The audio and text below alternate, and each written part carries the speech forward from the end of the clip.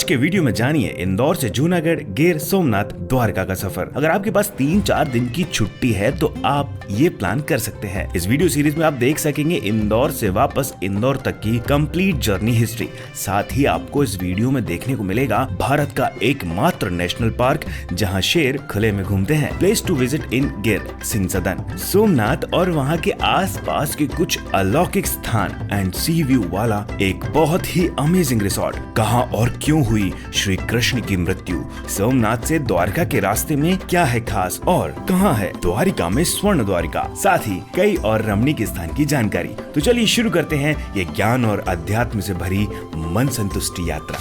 हम निकल पड़े हैं इंदौर से जूनागढ़ की ओर। इंदौर से डायरेक्ट ट्रेन है जूनागढ़ की और जूनागढ़ पहुंचते ही हमने कैब हायर की जो अगले 4 दिन हमारे साथ रहने वाली है। ये जूनागढ़ से गिर का रास्ता है जो हम जा रहे हैं। वहां पहुंचे हम सिंह सदन और सफर में थकान थी और भूख भी लगी थी, तो सबसे पहले हम पहुंच गए भोजन करने। उसके बाद नज़ारे लिए वहां के इस रिसोर्ट के जो है सिंह सदन। बहुत ही सुकून और आराम देने वाली जगह है ये सिंह सदन, जो कि आप ऑनलाइन बुक नहीं कर सकते। अगर आप इसे बुक करना चाहते हैं तो आपको वहीं जाकर इसे बुक करना पड़ेगा। और अपनी थकान मिटाने के बाद सुबह सुबह ब्रह्म मुहूर्त में हम निकल गए शेर देखने जंगल में। जब आप वहां पहुंचते हैं तो बीच में एक ऐसा पॉइंट आता है जहां आप फ्रेश हो सकते हैं, थोड़ा स्वल्पाहार कर सकते हैं। और अभी तक हमें जंगल में शेर नहीं दिखा था, हमारी हाफ जर्नी हो चुकी थी। थोड़े से हताश थे क्योंकि जंगल में अक्सर होता है आप शेर देखने जाते हैं या टाइगर देखने जाते हैं और आपको नहीं दिखे तो थोड़ी सी जो है आपको निराशा होती है। पर फिर भी एक बार फिर हम निकल गए हैं शेर की खोज में। हमें शेर की आवाज तो सुनाई दी लेकिन शेर दिखाई नहीं दिया। फिर हमने पता किया कि एक और ऐसी जगह है देवालिया पार्क, जहां जाकर आप शेर को देख सकते हैं और उसके साथ कई और अन्य जानवर भी आपको देखने को मिलते हैं। हम निकल गए और देख सकते हैं मेरे पीछे ये शेर आराम कर रहा है अपनी पूरी फैमिली के साथ। इसे देखने के बाद तो भाई मजा ही आ गया। एक शेर और शेरनिया। उसके बाद लेपर्ड्स भी आप देख सकते हैं। इतने अधिक मात्रा में लेपर्ड्स, जैगुआर मैंने अपने जीवन में कहीं नहीं देखे थे या किसी ने ही नहीं देखे होंगे। और ये देवालिया पार्क जंगल के बीचों बीच बनाया गया है जहां फैमिली के साथ आप टाइम स्पेंड कर सकते हैं। और मैं जा रहा हूं इस वॉच टावर पे जहां से देख सकते हैं गिर का बेहतरीन नज़ारा। ये जो पीछे चक्री देख रहे हैं आप घूमते हुई, यहाँ हम अभी ठहरे हुए हैं। जंगल की वादियों में घूमते हुए हम पहुंचे भगवान शिव की नगरी सोमनाथ, जहां पर चंद्रमा ने तपस्या करके शिव जी को प्रसन्न किया था। सबसे पहले चलते हैं हमारे रिसोर्ट। चलिए अंदर से देखते हैं कैसा दिखता है। और ये जो आप देख रहे हैं वास्तव में आपको अपनी आंखों पर यकीन नहीं होगा। बहुत ही सुंदर नज़ारे और शाम को तो ये नज़ारे बहुत अद्भुत होते हैं। थोड़ी देर में सूरज ढलने वाला है, अभी दोपहर का समय है और सूरज ढलने पर कुछ इस तरह के ये अद्भुत नज़ारे आपको देखने को मिलते हैं। चलिए चलते हैं मंदिर की ओर। और मंदिर में रात्रि के कुछ नज़ारे इस तरह होते हैं। मैंने अपनी फैमिली को घर छोड़ा और मैं निकल गया रात में सोमनाथ। इस तरह के जो भजन कीर्तन हो रहे थे जो मुझे शिवमय कर रहे थे। सुबह एक बार फिर सोमनाथ दर्शन करने के बाद आसपास के मंदिर घूमने के लिए हम निकल गए। और ये है वहाँ का राम मंदिर, देख सकते हैं बहुत ही सुंदर मंदिर जहाँ बहुत भीड़ भी नहीं है, आराम से आप दर्शन कर सकते हैं। भगवान राम, लक्ष्मण और सीता माता वहाँ विराजमान है। और बाहर है एक 800 साल पुरानी सूर्य प्रतिमा जिसके बारे में नज़दीक ही एक शिलालेख है जहाँ पर उसके बारे में है। और घूमते हुए हम पहुँचे त्रिवेणी महासंगम, जहाँ आप देख सकते हैं कि सागर और नदी आपस में मिल रहे हैं और कई लोग वहाँ पर अपनी अपनी परिस्थितियों के हिसाब से पूजा पाठ करा रहे हैं। बहुत लोग आते हैं यहाँ और स्नान का एक अलग महत्व है त्रिवेणी संगम में। और यहाँ हम थोड़ी देर घूमते रहे। उसके बाद घूमते घूमते हम पहुँचे यहाँ जो कहा जाता है कि ये पांडवों की गुफा है और एक बार में एक ही इंसान यहाँ जा सकता है। और इसके नज़दीक ही है भगवान सूर्य का मंदिर, सूर्य मंदिर, जो शहर के बीचों बीच है। भगवान सूर्य के दर्शन करने के बाद उस मंदिर की मैंने परिक्रमा की और देखा कि ये मंदिर जो है जहाँ तक मैं समझता हूँ नागर शैली में बना हुआ है और नज़दीक ही है एक सूर्य कुंड। ये देख सकते हैं आप, बहुत गहराई है और बावड़ी की तरह दिखता है। फिर वहाँ दर्शन करने के बाद हम पहुँचे भालका तीर्थ क्षेत्र। कहा जाता है कि यहाँ भगवान कृष्ण की मृत्यु हुई थी।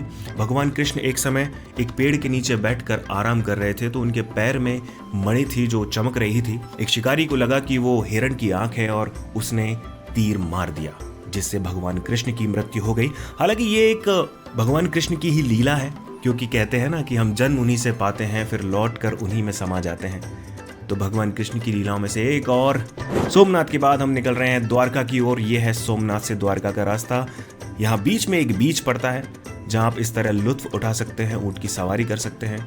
और ये 4 पहिए की गाड़ी देखकर किसका मन विचलित नहीं होगा। मैंने और मेरी बेटी ने सवारी ली इस 4 पहिए गाड़ी की। उसके बाद निकल गए हैं भगवान कृष्ण की नगरी द्वारका को। ये देख सकते हैं द्वारकाधीश का मंदिर वो दूर दिखाई दे रहा है और यहाँ प्रतिदिन ये ध्वज बदला जाता है और इसके पीछे भी एक कहानी है। बहुत भाग्यशाली इंसान होते हैं जिन्हें ये ध्वज पहनाने के अवसर मिलते हैं। थोड़ी दूर चलने पर मैंने देखा कि एक बारात जा रही थी। मैंने उन लोगों से पूछा ये बारात किसकी है। उन्होंने कहा ये बारात नहीं, ये लोग द्वारकाधीश को ध्वज अर्पित करने के लिए जा रहे हैं जिसके लिए बोलियां लगती हैं और बहुत समय के बाद जिसका नंबर आता है उसका ध्वज वहां चढ़ाया जाता है।